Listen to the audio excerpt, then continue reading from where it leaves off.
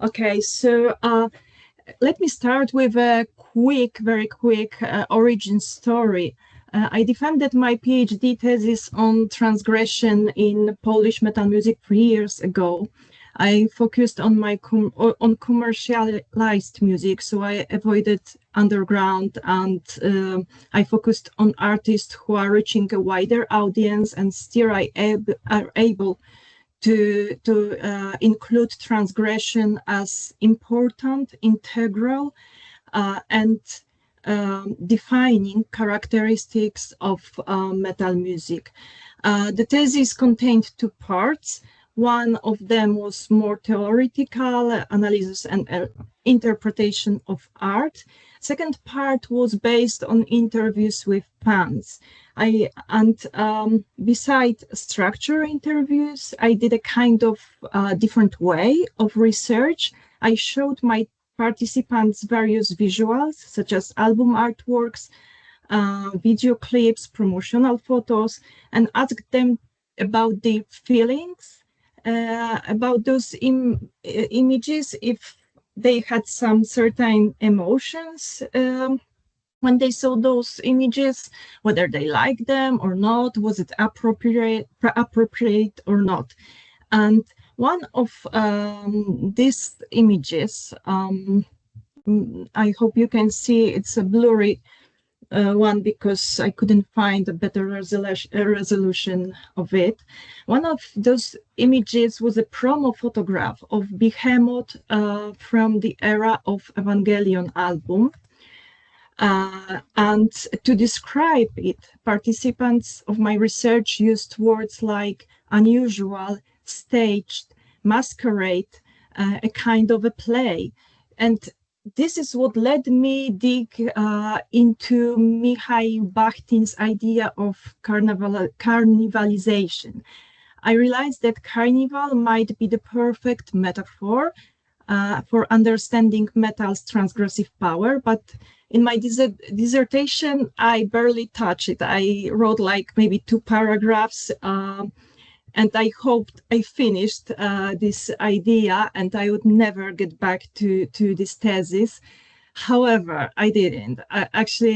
This carnival kept following me, and after some time, I felt like it was unfinished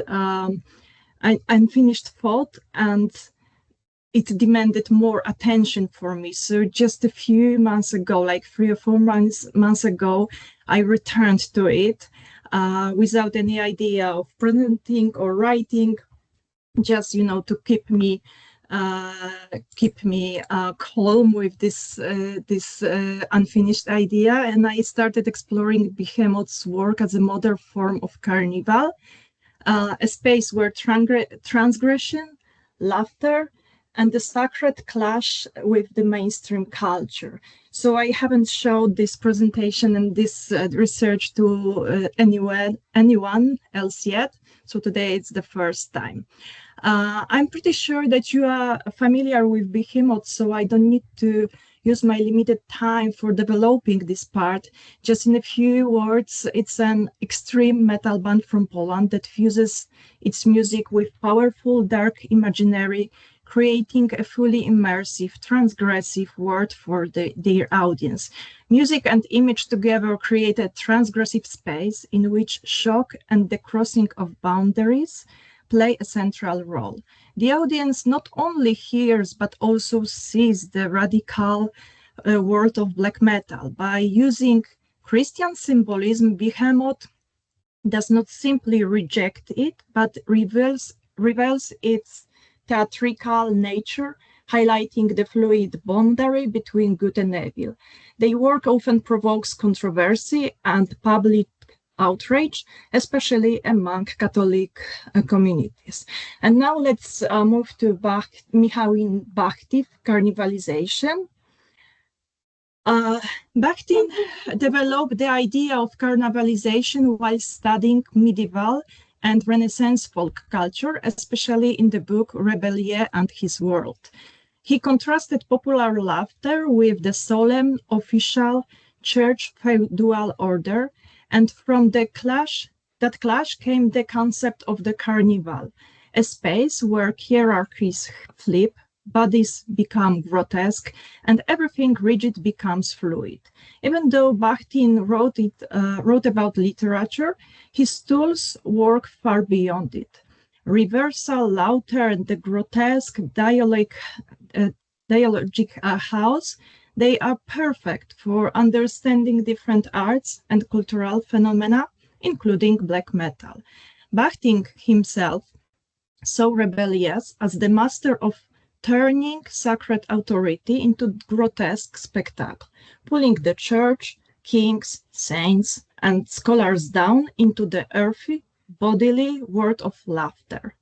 In Rebellion, the grotesque body becomes the weapon of renewal, a reminder that institutions, no matter how holy, remain human and therefore breakable. This dynamic is remarkably close to what Behemoth achieved through their aesthetic language.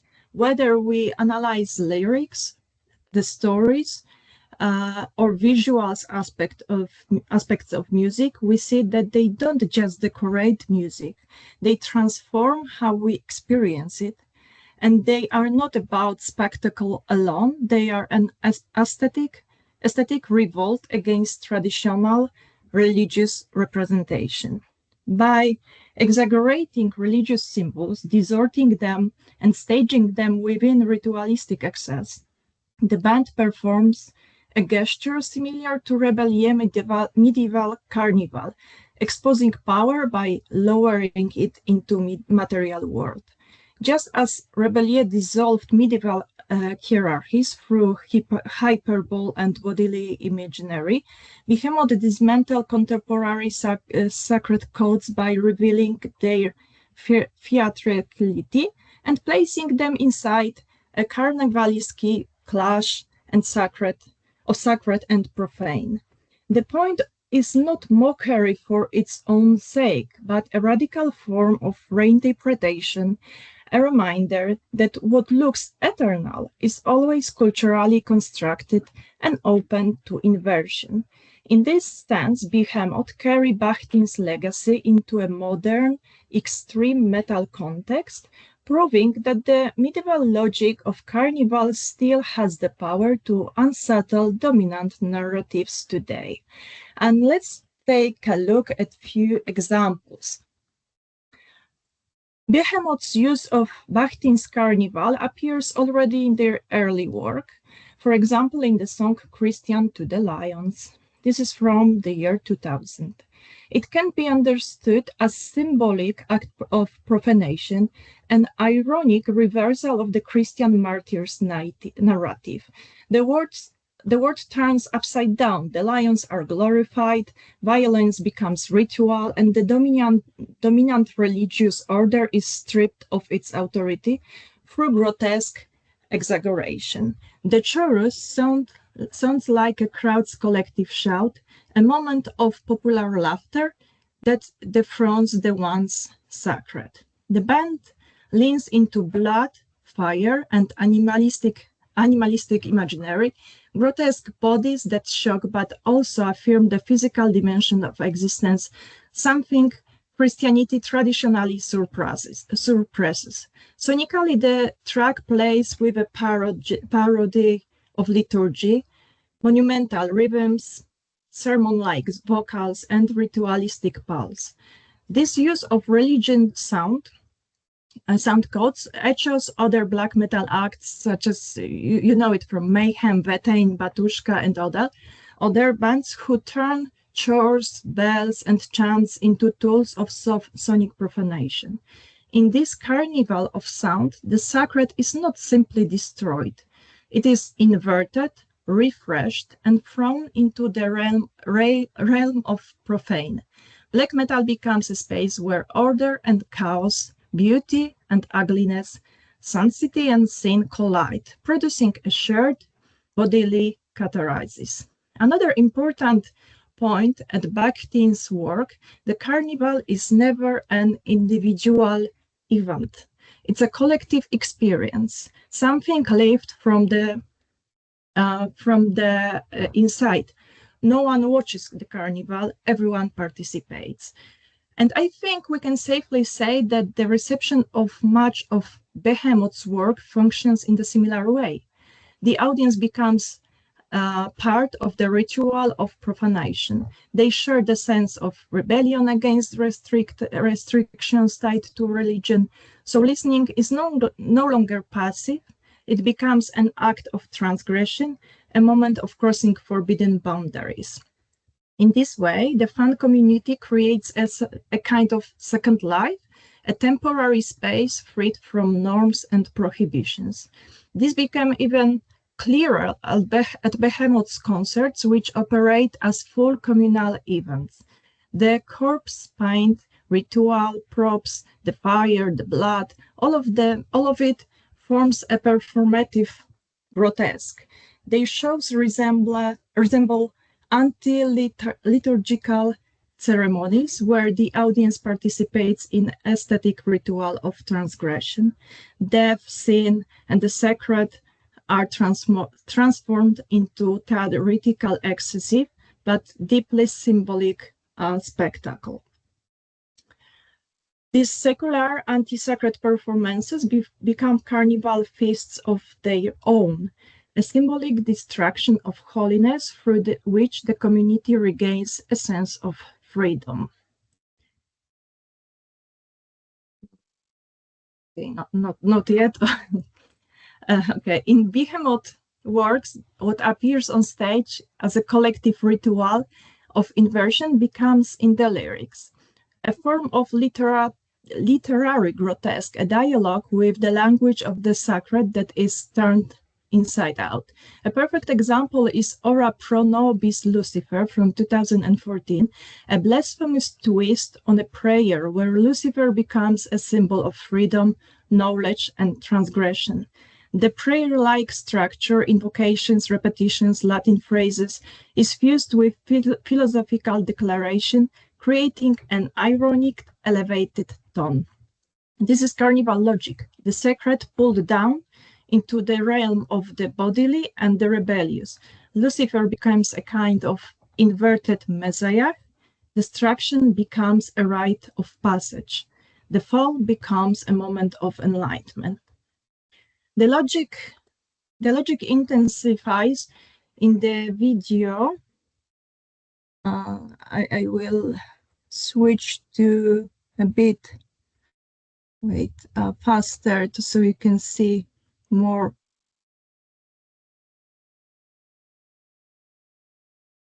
I cannot really hear the music, but maybe you don't I'm not showing the music. It's okay, tuned. Okay. Yeah, it's about visuality. Okay, for music we would need like 2 hours probably. Sure. Okay, so yeah, so now I want to speak about this video, Blow Your Trumpets, Gabrielle. We see collisions of purity and corruption, innocence and violence, a girl in white, a wolf symbolizing instinct and chaos, inverted religion icons, ritual gestures, hierarchies collapse. Beast overpowers a man, the lamp becomes a profane symbol. Communion becomes an anti-mass with a black host. The girl's ritual initiation, blood, trance, bodily excess, enacts the classic carnival acts of breaking taboos. Through grotesque exaggeration, the sacred is shown as a cultural construct that can be reversed, mocked, and reimagined. In the final scenes, let me move forward. In the final scenes, the trumpets of Gabriel announce not just an apocalypse, but a symbolic death of an old order. This is Bakhtin's cycle of death and rebirth, the world collapsing into chaos so it can be renewed in laughter, flesh, and freedom.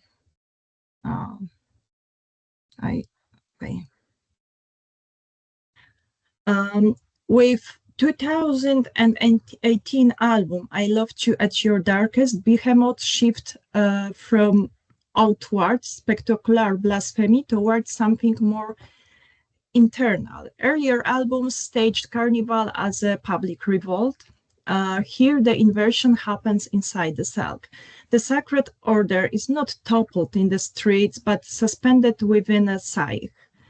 The album becomes an introspective carnival, a space where the I breaks apart and confronts its own shadow. The title, taken from the Bible's letter to Romans, I loved at your darkest, is stripped of its theological meaning and reimagined as an existential gesture, a call to embrace one's own darkness. Blasphemy becomes self-analysis. This tension is especially vivid in the song God Equals Dog, where a children's church chants satanic phrases. The contrast between innocence and transgression works not only as a shock, but as a question. Can God and evil, good and evil, truly be separated when both live within us? Here, the child's voice becomes a symbol of the inner self confronting what it fears. Carnival laughter replaced by a whisper of introspection. In Christian liturgy, children's chores traditionally signify purity, angelic presence, or divine clarity. Think of Christmas masses, liturgical hymns. This timbre often serves as a sonic bridge between the earthly and heavenly. Behemoth deliberately subvert the association. The very sound that usually conveys innocence become a vehicle for rebellion and cosmic darkness. This inversion doesn't simply shock, it destabilizes centuries of musical convention. The tension between medium and the message becomes the emotional core of the song, forcing the listener to reconsider whether innocence and transgressions are truly opposite categories. Within the album's introspective framework, the chore becomes a psychological device, showing the artist's encounter with its own contradictions. In this way, it moves beyond sonic provocation and reflects the album's shift from external blasphemy to internal self-interrogation. The grotesque language, implode the sun, volcano of excrement, Palus Dei draws on Bakhtin's idea of degrading the spiritual into the bodily. Yet here, the body is not just a site of rebellion, but a tool of renewal. The grotesque affirms life's physical reality, turning blasphemy into a form of self-reconciliation. In this way, I Loved You at Your Darkest transform Bakhtin's Carnival. Instead of social festival overturning external hierarchies, it becomes an internal ritual, an intimate liturgy when the artist seeks unity with his own darkness. It's not blasphemy against God, but blasphemy against the self, a psychological carnival that marks Behemoth's most mature engagement with introspection. To sum up, although I had to greatly condense the interpretations of individual works, I hope I've shown how Bakhtin concepts of the carnival can illuminate Behemoth's artistic strategy. By using Christian symbols, not to reject them, but to expose the theatricality, they built a carnival-like language where the sacred and profane collide. Excess spectacle and deliberate exaggeration become tools for breaking norms and challenging values often treated as untouchable. Through the collision of sacred and the blasphemous, beauty and ugliness, pathos and absurdity, the band creates a space for reflecting on faith, evil, and human existence. Carnival, as the reversal of hierarchy, the affirmation of freedom, and the playful exaggeration of form, becomes a key lens through which to understand their work.